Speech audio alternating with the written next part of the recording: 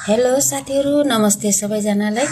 आज हामीहरुले 50 किलो मासु एउटै भाँडोमा पकाउँदै छौं है त साथीहरु। अब कस्तो बन्छ हेर्दै जानुहोस्। अब शहर बजारतिर ग्यासमा पकाउने चलन हुन्छ।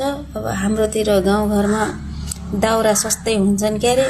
अब चुलो बनायो अनि त्यसपछि चुलोमा पकाउने आगोमा के गर्नु साथीहरु, आफ्नो आफ्नो गाउँघरको रीतिरिवाज हुन्छ। ग्यासमा पकाएर साध्य नै हुँदैन। एक त आजभोलि ग्यासको अभाव परिराखेछ, त्यही भएर आगोमा पकाउन लाग्यो साथीहरु। बानी चाहिँ बसाल्नु पर्यो आगोमा पकाउनलाई। अब ग्यास नहुँदा आगोमा पकाएर खान पनि जान्नु पर्यो, त्यही भएर हो साथीहरु। गाउँ शहर जताततै ग्यासको कमी छ भनेर भन्ने खबर आएको छ साथीहरु। के गर्नु, अब ग्यास नभए पनि खानको लागि जुगाड गर्नै पर्यो। अब खानै पर्यो, भोकै बस्न सकिदैन क्यारे। त्यही भएर आजैदेखि आगोमा पकाउने बानी बसालौं भनेर लागेको हो साथीहरु। हाम्रो आगोमा पकाउने आइडिया कस्तो लाग्यो हजुरहरुलाई कमेन्ट चाहिँ गर्न नबिर्सिनुहोस्। यति धेरै खाना के खुसीमा बनाएको हो भनेर सोचिराख्नु भयो होला हजुरहरुले।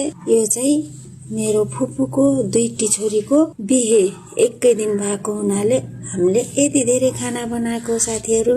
हजुरहरु कोही आउनु भएको थियो कि थिएन यो बिहे भोज खान? आकोले आको थिए भनेर कमेन्ट गर्नु होला, नआकोले आको थिएन भनेर कमेन्ट गर्नु होला। आकोले जति भन्नु होला कि खाना कस्तो थियो, टेस्टी थियो कि थिएन भनेर, नआकोलाई त के थाहा हुन सक्छ र हो किन साथीहरु। मैले चाहिँ खाए है त साथीहरु बिहे भोज, एकदम टेस्टी बनेको रहेछ। बनाउने चाहिँ म पनि सामिल थिए त्यसमा। अब आफैले बनाएको खाना टेस्टी छैन भनौं भने कसरी भनौं, जस्तो भए पनि टेस्टी थियो साथीहरु। हजुरहरु मध्ये कसले खानु भएको थियो बिहे भोज? टेस्टी बनेको थियो कि थिएन? राम्रो दामी बनेको थियो थिएन? खाएको जतिले दामी बनेको छ भनेर कमेन्ट गर्नु होला, नखाएकोले पनि दामी छ भनिदिनु होला। हस्, कमेन्ट गर्दा चाहिँ एकदम दामी बनेको रहेछ भनेर कमेन्ट गरिदिनु होला। हेर्नुस्, गाउँघरतिर हामीले बिहे भोज खाएको एकदम दामी भिडियो बनेको थियो, त्यही भएर हजुरहरुलाई शेयर गरेको। अनि गाउँघरतिरको बिहे भोज भिडियो बनाएपछि पोस्ट गर्नै पर्यो। हजुरहरुले मन पराइदिनु होला।